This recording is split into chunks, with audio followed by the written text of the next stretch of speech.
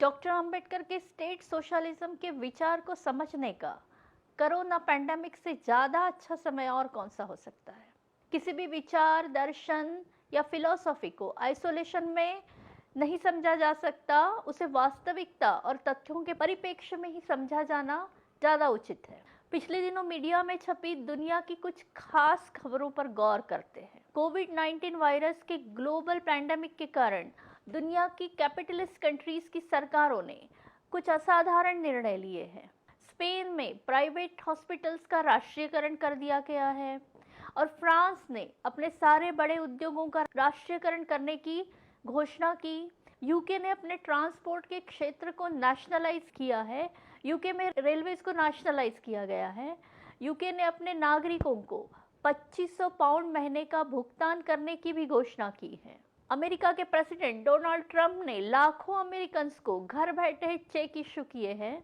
इतना ही नहीं, capitalist government multinational corporations को बता रही है कि उन्हें किस चीज़ का उत्पादन करना चाहिए। ब्रिटेन के प्रधानमंत्री बोरिस जॉनसन ने ऑटो कंपनी को कहा है कि वो कार बनाने के बजाय वेंटिलेटर्स बनाना शुरू कर दे। प्रेसिडेंट डोनाल्ड ट्रंप ने इससे आगे जाकर जनरल मोटर्स को आदेश दिया कि डिफेंस प्रोडक्शन एक्ट के अंतर्गत वेंटिलेटर्स बनाना शुरू कर दे।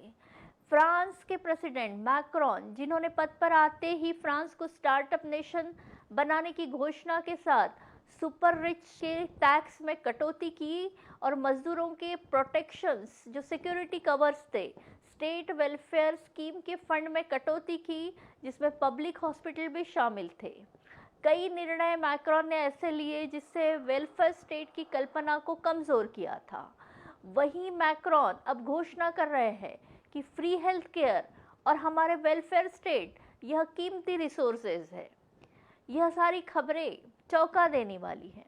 कैपिटलिस्ट कंट्री ऐसे निर्णय लेंगे, इस बात पर कुछ दिन पहले कोई विश्वास नहीं कर सकता था। इतनी बड़ी मात्रा में कैपिटलिस्ट सरकारों का इकोनॉमी में हस्तक्षेप चौंका देने वाला है। ऊपर जिन देशों का उल्लेख है, वह देश कैपिटलिस्ट इकोनॉमी को मानने वाले देश है। कैपिटलिज्म को हर समस्या का उपाय बताने वाली कंट्रीज जो आर्थिक महाशक्तियां भी है, वह कोरोना महामारी के आगे बेबस और लाचार नजर आ रही है। State intervention in the economy, अर्थात सरकार का इकोनॉमी में इतने बड़े पैमाने पर हस्तक्षेप, यह कैपिटलिज्म की धारणा के विरुद्ध है। कैपिटलिस्ट इकोनॉमी यह मार्केट ड्रिवन इकोनॉमी होती है। इसमें स्टेट का हस्तक्षेप ना के बराबर होता है। यह मार्केट के फोर्सेस पर छोड़ दिया जाता है कि वह समाज के आर्थिक जीवन को आकार दे। गवर्नमेंट का वस्तु या सेवाओं की खरीद फरोख्त में काफी कम नियंत्रण होता है।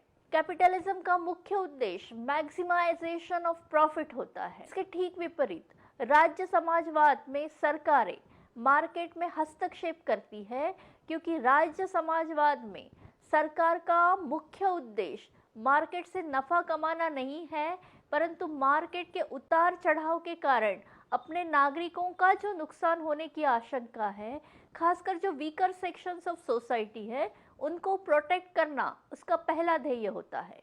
प्रॉफिट मैक्सिमाइजेशन उनका मुख्य ध्येय नहीं होता, मैक्सिमाइजेशन ऑफ सोशल वेलफेयर का मुख्य ध्येय होता है, जिससे समाज के ज़्यादा से ज़्यादा वर्गों को फायदा पहुंचाया जा सके।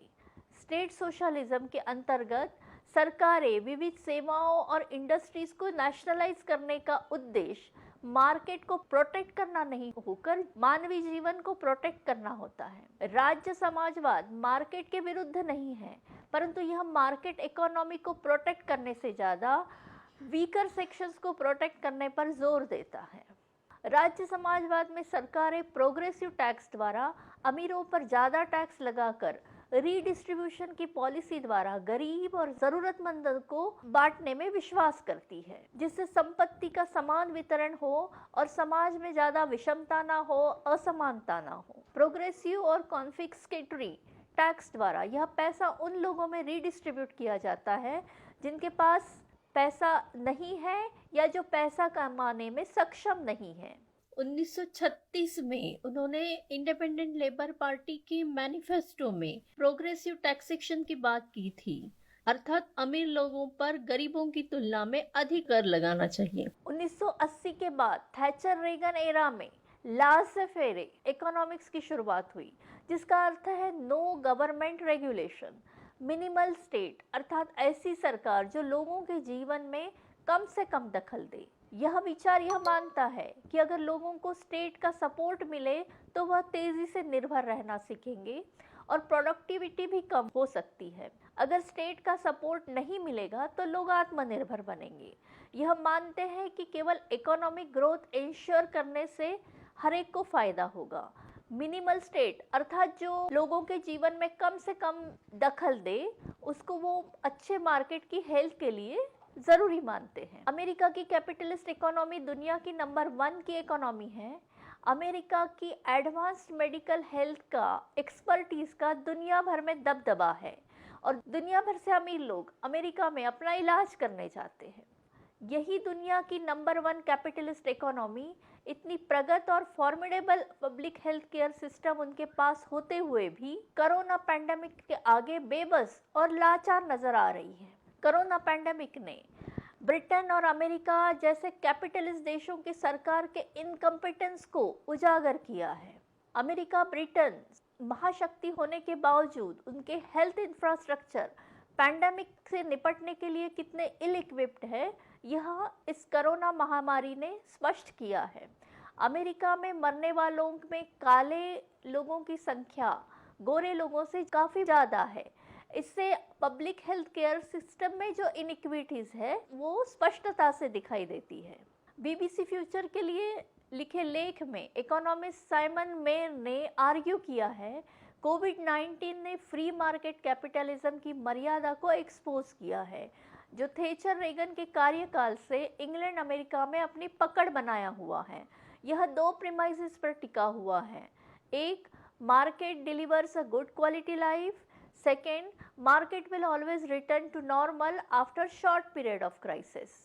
कोविड-19 ने इन दोनों धारणाओं को गलत साबित किया है। दूसरी तरफ चाइना जैसी कम्युनिस्ट कंट्री ने काफ़ी कम समय में इस महामारी पर काबू पाया है। वियतनाम जैसा देश जो आर्थिक रूप से ज़्यादा सशक्त न होते हुए भी उसने इस महामारी को काबू करने में सफलता पाई है। और एक तरफ जर्मनी जो यूरोप की नंबर 1 इकोनॉमी है, वह कोरोना का डटकर मुकाबला करने में सफल हुई।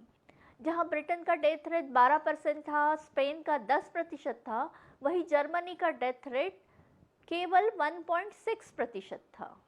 क्या कारण है जिसमें अमेरिका और यूके जैसी कैपिटलिस्ट आर्थिक महाशक्तियां कोरोना के आगे बेबस लाचार नजर आती है और स्टेट सोशलिज्म पर विश्वास करने वाले देश इस महामारी का मुकाबला करने में काफी तैयार नजर आते हैं। South Korea, Vietnam, Taiwan, New Zealand, Nordic countries, Germany, यह सब वेलफेयर स्टेट की संकल्पना को मानने वाली कंट्रीज है। यह देश state socialism, government intervention in the economy अर्थात मार्केट इकोनॉमी में गवर्नमेंट हस्तक्षेप पर विश्वास करते हैं। यूरोपियन यूनियन का सदस्य देश इटली जब इस महामारी के आगे पूर्ण बेबस नजर आया तो उसकी मदद के लिए यूरोपियन यूनियन का देश नहीं तो क्यूबा और चीन जैसी कम्युनिस्ट कंट्रीज ही आगे आई। हमारे देश में इसका सबसे अच्छा उदाहरण है केरल। केरल में हाईएस्ट डेंसिटी ऑफ पॉपुलेशन के होते हुए भी कोरोना पैंडेमिक को जिस सफलता से हैंडल किया गया वह देश में ही नहीं दुनिया में भी उदाहरण बन गया है। केरल का डेथ रेट काफ़ी कम है और रिकवरी रेट काफ़ी ज़्यादा है। इस सफलता के पिछले कई दशकों के सोशल सिक्योरिटी पॉलिसीज़ का इतिहास है। पिछले 50 वर्षों से सोशल वेलफेयर पॉलिसीज़ को प्राधान्य देने वाली सरकार ही केरल में रही है और इसके चलते एक उच्च दर्जे का हेल्थ केयर इंफ्रास्ट्रक्चर तैयार हुआ जिसने इस पैंडेमिक का मुकाबला सबसे अच्छे तरीके से किया। स्वीडन जैसे देश ने बिना लॉकडाउन करे कोरोना पैंडेमिक को काबू करने में सफलता पाई है। नॉर्डिक मॉडल ऑफ इकोनॉमी काफ़ी सक्सेसफुल मॉडल ऑफ इकोनॉमी माना जाता है। इस मॉडल का मुख्य भाग है वेलफेयर स्टेट, जिसके तहत इसेंशियल सर्विसेज जैसे health care, education, day care, old age care यह राज्य द्वारा प्रदान की जाती है। नॉर्डिक मॉडल में यह देश अपने नागरिकों को सोशल सिक्योरिटीज़ काफी बड़ी मात्रा में देते हैं। सोशल डेमोक्रेसी का नॉर्डिक मॉडल एक आदर्श उदाहरण है जिसमें राज्य बड़े पैमाने में अपने इकोनॉमी में दखल देते हैं, हस्तक्षेप करते हैं। नॉर्डिक मॉडल ऑफ इकोनॉमी जिसमें Sweden, Denmark, Netherland, Norway, Finland, Iceland जैसे देश आते हैं, उन्हें हाई लिविंग स्टैंडर्ड और लो इनकम डिस्पैरिटी के लिए जाना जाता है। Human development index, human rights records में यह कंट्रीज टॉप पर है। वह दुनिया की हैप्पीएस्ट कंट्रीज में आती है। उनका हेल्थ केयर और अन्य सोशल सिक्योरिटीज के कवर करने वाली जो सेवाएं हैं वह केवल खाना पूर्ति के लिए न होकर काफ़ी उच्च दर्जे की है। नॉर्वे और डेनमार्क जैसी कंट्रीज में लेबर प्रोडक्टिविटी हाईएस्ट है। क्या कारण है? China, Taiwan, Vietnam, south Korea, New Zealand. और अगर हम गौर करें तो समझ में आता है कि वही देश जिनकी सोशल सिक्योरिटीज की पॉलिसी जिसमें हेल्थ केयर और एजुकेशन प्रमुख है, वही देश कोरोना से डटकर मुकाबला करने में सफल हुए हैं। यहाँ कई वर्षों की मजबूत सामाजिक सुरक्षा की नीति के तहत एक स्ट्रॉन्ग हेल्थ केयर इंफ्रास्ट्रक्चर तैयार हुआ है जो कोरोना महामारी से मुकाबला करने में सफल हो रहा है। इन देशों की तुलना में भारत का हेल्थ और अन्य सोशल सेक्टर में एक्सपेंडिचर अत्यधिक कम है। स्टेट सोशलिज्म या कैपिटलिज्म के विरुद्ध नहीं है, मार्केट इकोनॉमी के विरुद्ध नहीं है। स्टेट सोशलिज्म को कम्युनिज्म के साथ नहीं जोड़ना चाहिए। इसी प्रकार से नॉर्डिक कंट्रीज जिसमें डेनमार्क, नेदरलैंड, स्वीडन जैसी कंट्रीज है जहां सोशल सिक्योरिटीज मेजर्स काफ़ी स्ट्रॉन्ग है, वही देश कोरोना की महामारी का सफलता से मुकाबला कर रहे हैं। Health security and social security are interdependent. State socialism की शुरुआत जर्मनी में बिस्मार्क ने की थी और उसके द्वारा पहले मॉडर्न वेलफेयर स्टेट की स्थापना की थी। बिस्मार्क की वेलफेयर स्टेट की योजना इंश्योरेंस प्रोग्राम पर खड़ी है जिसमें health insurance, accident insurance, disability insurance and old age retirement pension, disability insurance इस तरह के उपाय बड़ी मात्रा में लागू किए गए। इसी पॉलिसी को आगे बढ़ाती हुए जर्मनी में minimum wage, lower age pension wage, इस तरह की सोशल सिक्योरिटी के मेजर्स के चलते जर्मनी में एक रॉबस्ट हेल्थ केयर सिस्टम तैयार हुई। जर्मनी पब्लिक हेल्थ केयर पर जीडीपी का 11% खर्च करता है। भारत में वही प्रतिशत 1.02% है। डॉक्टर अंबेडकर भारत में कल्याणकारी नीतियों के पायनियर हैं। 15 अगस्त 1936 को उन्होंने इंडिपेंडेंट लेबर पार्टी की स्थापना की थी। उस पार्टी का मैनिफेस्टो काफ़ी व्यापक और दूरदृष्टि वाला था जिसमें मजदूरों के लिए काफ़ी व्यापक कल्याणकारी नीतियां अपनाने की बात कही गई थी जो वेलफेयर स्टेट की धारणा को पूर्ण करने के लिए ज़रूरी था। 1942 से 46 तक वे जब वाइसराय काउंसिल में थे तब उन्होंने कई कल्याणकारी नीतियों पर काम किया था। उन्होंने जो कल्याणकारी नीतियों पर काम किया था उसकी लिस्ट काफी लंबी है। नॉर्डिक कंट्रीज में आज जो वेलफेयर स्टेट है, ऐसे स्टेट की कल्पना डॉक्टर अंबेडकर ने अपना स्टेट सोशलिज्म का योजना बनाते वक्त की थी। डॉक्टर अंबेडकर ने जो मॉडिफाइड स्टेट सोशलिज्म की योजना है वो पार्लियामेंट डेमोक्रेसी के साथ है जिसमें डिक्टेटरशिप के लिए कोई जगह नहीं है और निजी उद्योग के लिए भी रास्ते खुले हैं। इस योजना को बनाने के पीछे उनका मुख्य उद्देश्य एक वेलफेयर स्टेट की स्थापना करना है। तो डॉक्टर अंबेडकर स्टेट को एक instrument to impart social and economic justice मानते हैं।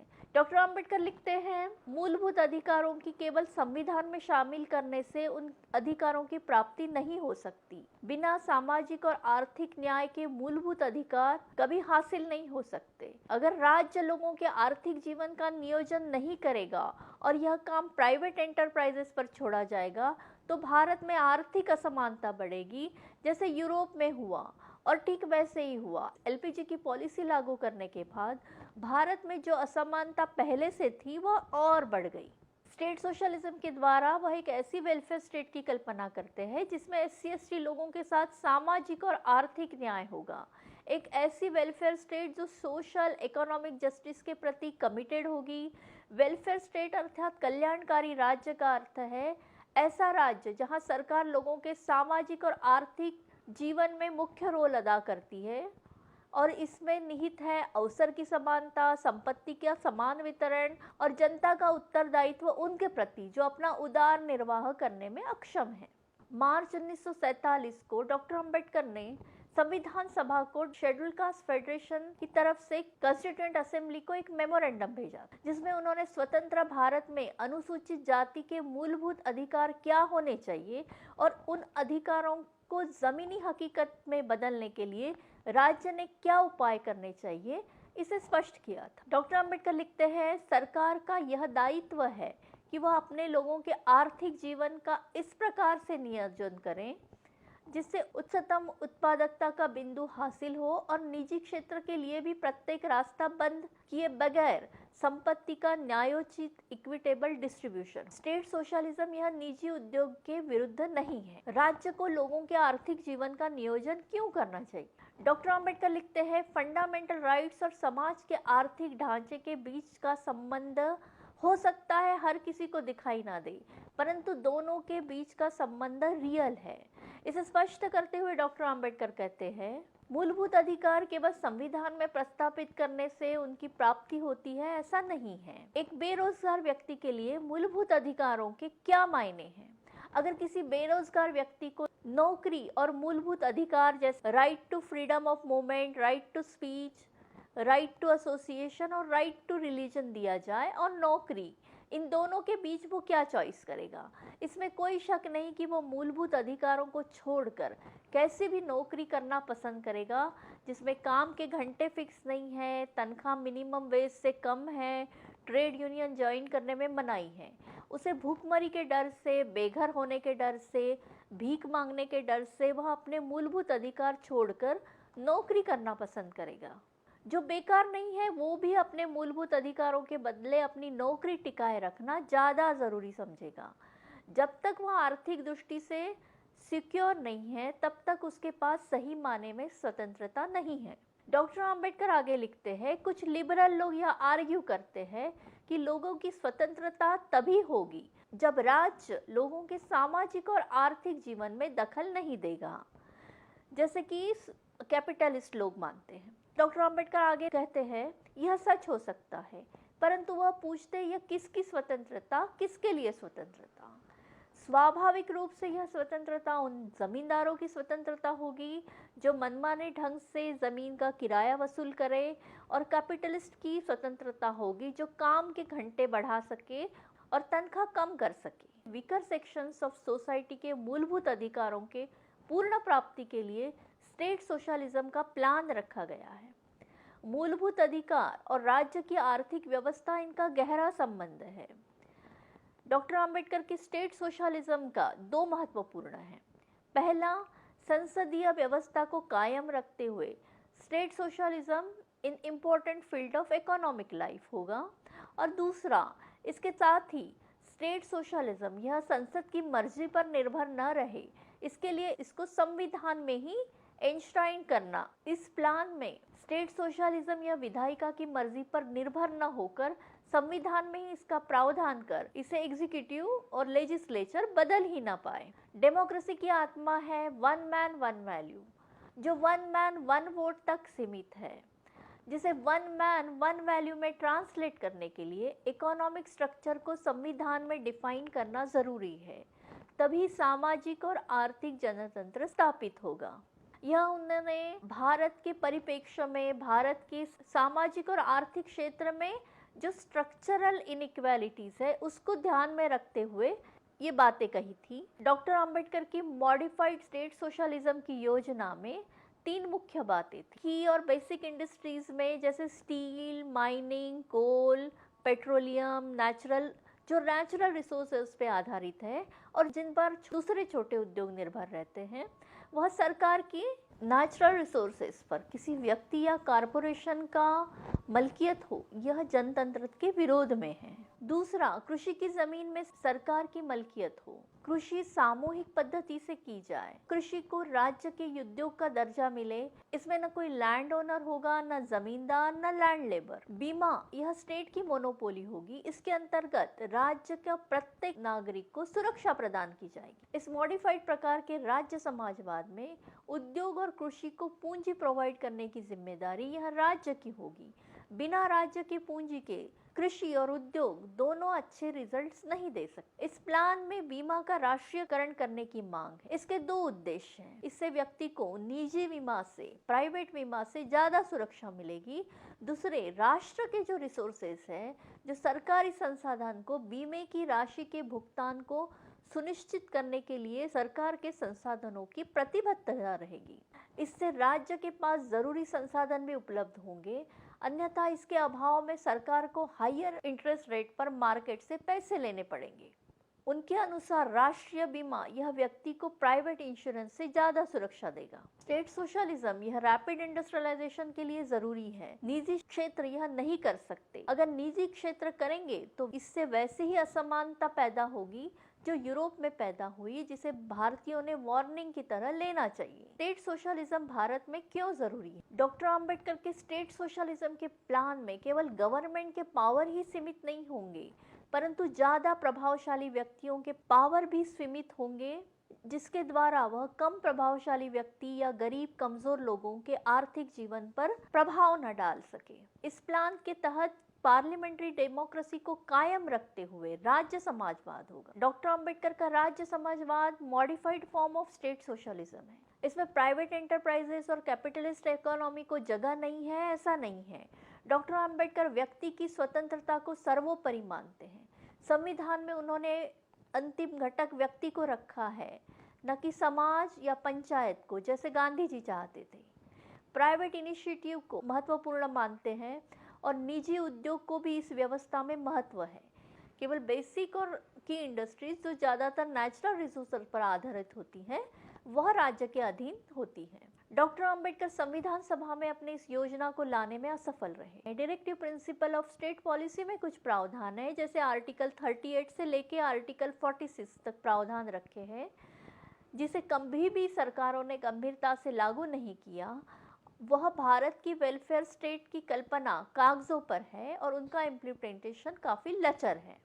हमने मलेशिया वाले वीडियो में देखा है, मलेशिया ने केवल 20 वर्षों के अंदर सरकारी हस्तक्षेप से, state intervention in the economy से 20 वर्षों के भीतर भूमिपुत्रास की केवल गरीबी ही दूर नहीं की, परंतु उनके जीवन में आमूलाग्र परिवर्तन किया। आज कोरोना महामारी के समय में ऐसा दिखाई देता है कि भारत सरकार ने अपने माइग्रेंट वर्कर्स को पूरी तरह से त्याग दिया है। बिना सशक्त सामाजिक सुरक्षा पॉलिसी के इनके मूलभूत अधिकार, जैसे जीवन जीने का अधिकार और गरिमा के साथ जीवन जीने का अधिकार, खतरे में है। फर्स्ट वर्ल्ड वॉर और सेकेंड वर्ल्ड वॉर के बाद दुनिया को सोशलिस्टिक पॉलिसी ने ही बचाया था। दूसरे महायुद्ध के बाद सत्ता में आई ब्रिटेन की एटली सरकार ने बड़ी इंडस्ट्रीज को नेशनलाइज किया था और फ्री हेल्थ केयर सिस्टम लागू की थी। अमेरिका ने भी दोनों महायुद्धों के बाद इकोनॉमी में सरकारी हस्तक्षेप के साथ हेल्थ केयर, एजुकेशन और हाउसिंग के क्षेत्र में सोशल सिक्योरिटी की पॉलिसीज को अपनाकर पूरे देश को युद्ध की त्रासदी से बाहर निकाला था। दुनिया की आर्थिक महाशक्तियां कोरोना पैंडेमिक से निपटने के लिए स्टेट सोशलिज्म के मार्फत कई कल्याणकारी नीतियां लागू कर रही हैं। वहीं भारत लासे फेरे इकोनॉमिक्स को अपनाता हुआ दिखाई दे रहा है। सरकार को चाहिए कि बड़ी मात्रा में आर्थिक क्षेत्र में हस्तक्षेप करके सामाजिक सुरक्षा की नीतियां, जिसमें free health care, education, universal basic income जैसी नीतियों को अपनाकर ही इस त्रासदी से बाहर आया जा सकता है। जय भीम।